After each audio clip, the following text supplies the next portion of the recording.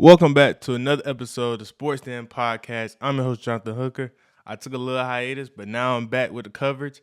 And this episode will be who are my Heisman contenders? Now, I have 3 honorable mentions before I get into the 5 that I have on my list. The honorable mention that I have is the 2 Jeremiahs. Jeremiah Smith, no need to explain. Wide receiver 1 throughout the whole college football.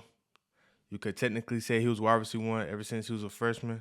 It can be a debate between him and Travis Hunter, but as said, and then Notre Dame running back Jeremiah Love, who is arguably running back 1 this year, and I don't think it's even close.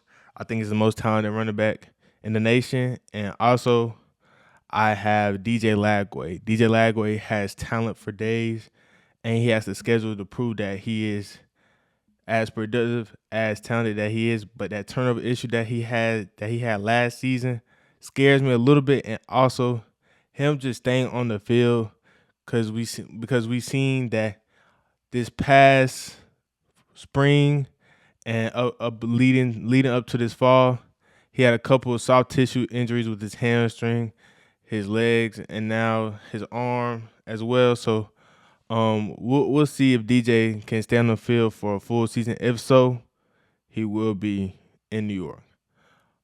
So now, with my 5 players, there's no order to this list, but I will give you 5 players. And starting off, I have Lenore Sellers. Lenore Sellers is arguably the most God-given ability to make a play happen on this list, and also that he's an excellent runner. But at the back end of the season, where South Carolina was winning games, he started to become a way better quarterback. He started to become more efficient. He had a 14-3 touchdown to interception ratio to end the season. He also has the ability to be a game breaker. He had over 300 total yards, 4 out of the last 7. And also you saw him take over the LSU game. You saw him take over the Clemson game. So it's 2 times where we saw Lenore Sellers like, if he can put it all together for next year, that's the Heisman winner right there. And also, his schedule has many games to prove that he's as the dynamic player that he was last year, and put it forward to this year to be an even better quarterback. But if we look on the downside, the case against him, he has to do a lot more with losing Josh Simon, his tight end, his reliable target. Also, Rocket Sanders, who's a great running back for him, complimented him well in the backfield, being a hard-nosed runner north-south, didn't get drugged down easily by defenders. And also, they can't rely on their defense as much as they did. They lost 5 draft picks. 3 of them went in the second round. Arguably, one of them could have been a first-round draft pick, but, that's neither here or there.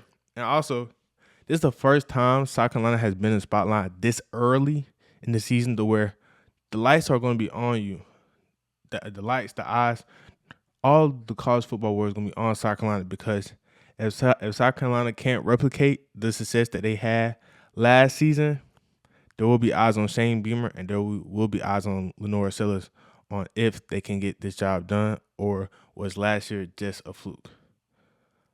But my next player, Sam Levitt from Arizona State, quarterback.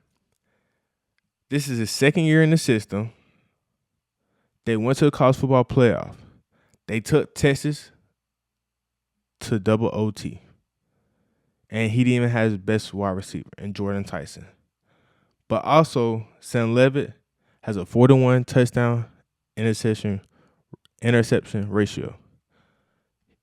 He ran the ball for 40 or more yards 6 times last season. And what was the trend last year? We saw great duos happen. Shedeur Sanders, Travis Hunter. You even saw it late last season with Riley Leonard and Jaden Greathouse. So whenever you see a good quarterback, you're more than likely going to see a good wide receiver. So Jordan Tyson being arguably the wide receiver number 1 for this upcoming draft for 2026, because last season he put up 75 receptions, over 1,000 yards and 10 receiving touchdowns, and he didn't even play in the last game of the season against Texas. I think Sam Levitt will have the keys to this offense. I think head coach Kenny Dillingham will let him ride. But the case against Sam Levitt is they're in the Big 12 conference, so there won't be as many marquee matchups to where we can say Sam Levitt had his Heisman game or their bats are against the wall. They need to make this happen. It just seems like their schedule doesn't prohibit them to do that. But Sam Levitt is a name to watch out for. He's one of my sleeper picks to be in New York. He wasn't as talked about as much this offseason as others on this list, but he can be as productive as the people on this list. The next name, Arch Manning.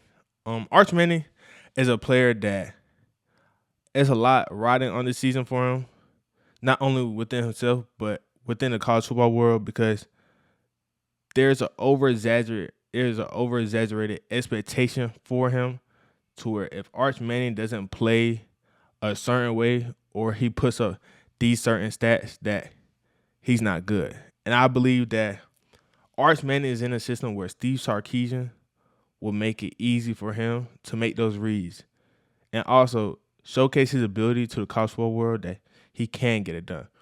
But also, this is his first year starting, so there will be some growing pains. Many people won't like that, but it happens in a game of football. If it's his first year starting, there will be growing pains. There will be times we'll be like, Arch, that wasn't the right decision. Arch, why this play when you could took the simple route? Why go for the big play? But I think as time went on, he's been at Texas for 3 years now. I think it's time that Arch is mature enough to make those plays happen. But his first game is in Columbus. And Ohio State arguably has the best defensive player in this upcoming draft with Caleb Downs, who's basically a coach in the backfield. But Arch has ample amount of opportunities for himself to have that Heisman game where they have Georgia on the schedule. They have Florida on the schedule. They have teams to where, all right, Texas, what do you got? Let's see what Texas can put out. Because last season, Quinn Ewers did a good enough job to get them to the college football semifinal. And now with Arch, if people are saying Arch is as good as he is, and Quinn Ewers took him to the college football semifinal, what is that? What is the expectation in Texas? What is the expectation in Austin? It's to win a national championship. But now, as time goes on, we'll see what is this Texas team consist of. But we have to give them grace as the season starts out, because that's a heavy-hitting marquee matchup to start off. Because one game doesn't define their season. Because if they take a loss here in Columbus early, then it's like, okay, how can Arch bounce back? How can Arch move on? Because if Arch can bounce back, if they lose and put up great numbers, which I think he's capable of doing, he'll definitely be in New York. The second to last name, Garrett Nussmeier. Garrett Nussmeier is a player that I believed in, but there were some games where I was like, Nuss, what was this performance? But then I had to shut up and grind the tape. Shout out to Brooks Austin, because he put on a great film study to where I watched Garrett Nussmeier and I watched his film. And the more I watched the film study from Brooks, the more I said, he should be a Heisman finalist. And I'm not talking top 3. I'm talking top 2. Because he's been in the system for multiple years now. He waited behind Jaden Daniels. Then he got his turn. And then you add Barian Brown, who's easily 1,000 all-purpose yards. And then you add Oklahoma transfer Nick Anderson, who's a big body receiver that can run a 4.5, who had a very productive freshman year. And then you also keep Aaron Anderson from the NFL, Chris Hilton Jr. from the transfer portal, Trey Green, also a basketball player who's 6'7" at tight end. And they also have the explosive running back, sophomore running back, Caden Durham. That's an offense that can put up easily 35 points a game. Easily. In their schedule, you have ample amount of opportunities. You got Bama. You got Texas. You got all these great teams to where that I believe that Garrett can go. But now when you look at what they added on defense to make sure that they can be in those games, you can smell a recipe of success. But also the inconsistency. 3 out of the 4 ranked games last year, Garrett threw 2 or more picks. So when I see that stat and I watch those games, I have some concern, but at the same time, this is second year starting. Last year was his first year starting. He put over 4,000 yards, nearly 30 touchdowns. So we have to put last year behind, but also take that mental note. It was his first year. He did great, but not good enough. He did good, but not good enough to get them into the college football playoff. Because now, when you look at LSU's roster and look at his team, there's no ifs, ands, or buts. A college football playoff appearance is the bare minimum. Winning at least 1 to 2 games keeps Brian Kelly's job safe and keeps Garrett's Nussmeier Heisman chances safe. And an invitation to New York can happen if he beats Alabama, if he beats Ole Miss, he beats South Carolina. Because the Clemson game is a toss-up. I'll tell you that right now.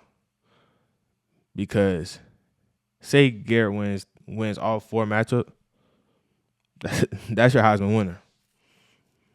You don't want to say it, but I'll say it. If he beats Clemson, that's your Heisman winner, and he wins on to win those 3 more games,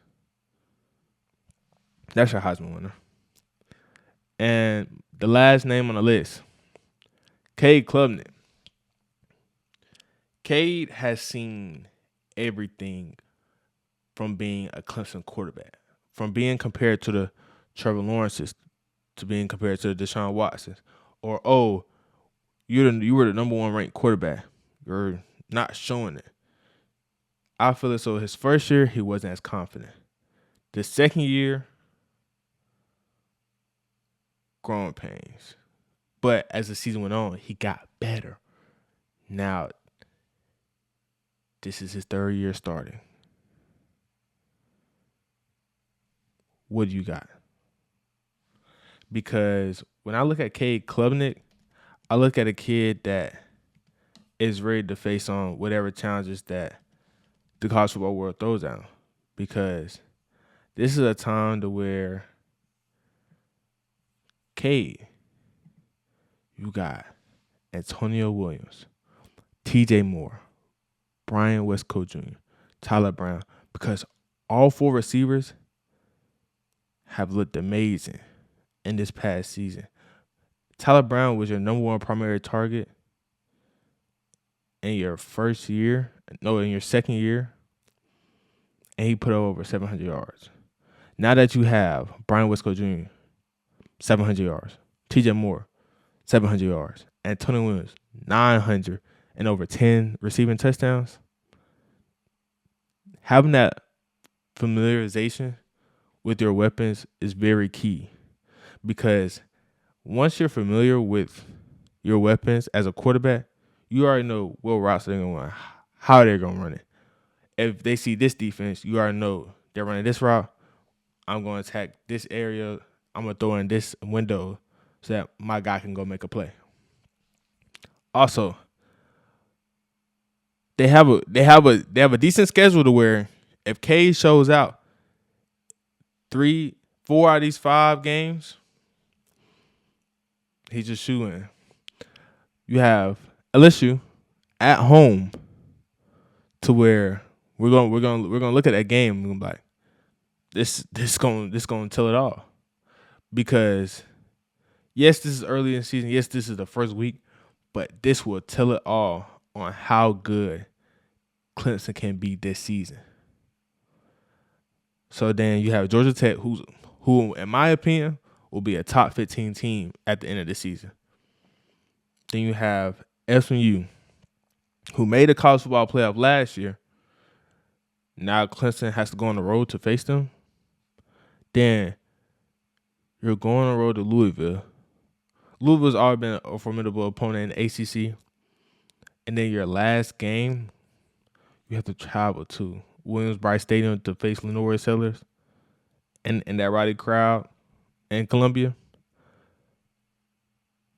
4 of those 5 games, you're on the road. That tells me that if you can win on the road and be successful and look elite, because last season, at times the offense was rolling, but then at times it looked like the offense just peaked too high. And then they were inconsistent as the time went on, but then you found your groove.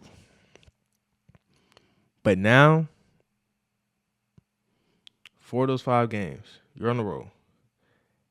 If you're good as people around the Clemson building say you are, how much Dabo tries to mark you as quarterback one in this college football world, you'll show up and show out.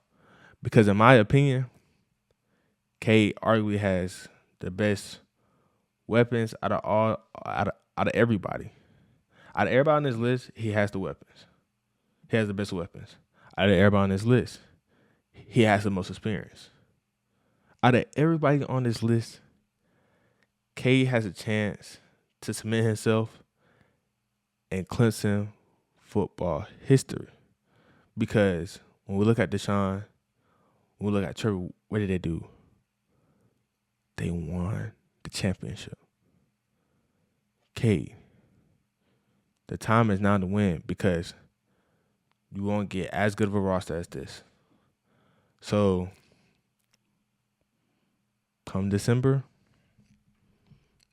these 5 will be in contention to win the Heisman Trophy.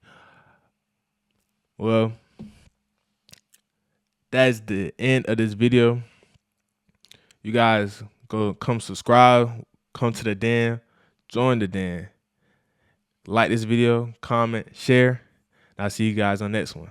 Peace.